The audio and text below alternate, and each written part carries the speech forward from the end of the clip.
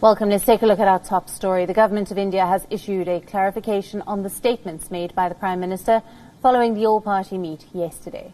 Many reports had drawn multiple interpretations from the MP's statement that Chinese troops had not encroached into Indian territory. Now, the government has clarified that Chinese troops were seeking to build illegal structures on Indian soil, but the Indian soldiers were able to foil Chinese attempts to occupy these positions just across the line of actual control on India's side.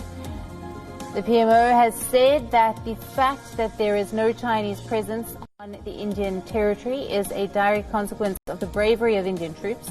This new classification places the Prime Minister's statements in line with the official position of the Foreign Ministry and the Indian Army.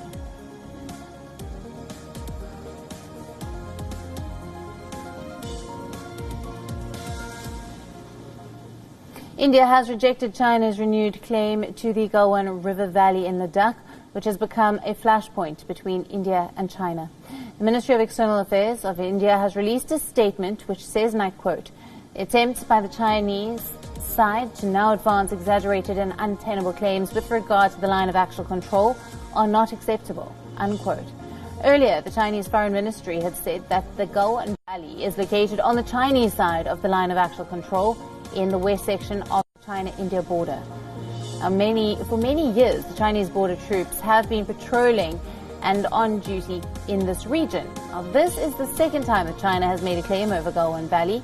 China says that its troops have patrolled the river valley for many years.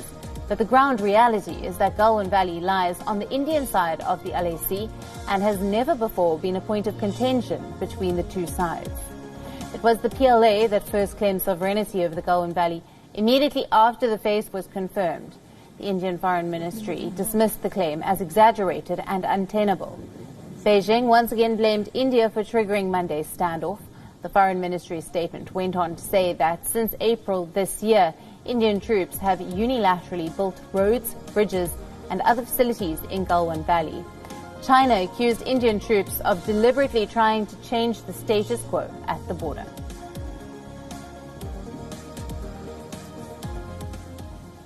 Our principal diplomatic correspondent, Sybil, sent us this report.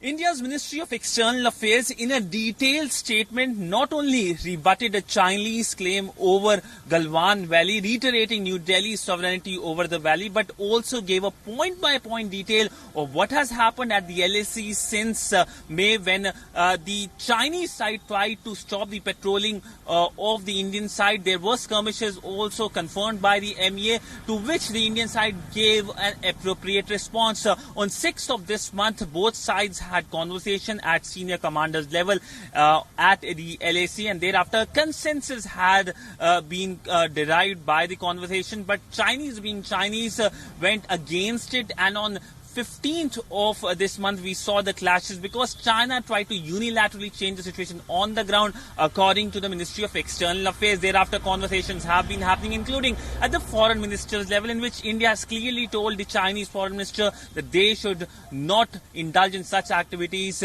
in future, but situation remains precarious on the ground. This is, of course, the fifth statement by the MEA since 15th of June when the face-off happened. But by and large, there is a lot of anti-China sentiment in India, especially since the death of the 20 Indian soldiers. The Indian Prime Minister has clearly said that their sacrifices won't go in vain.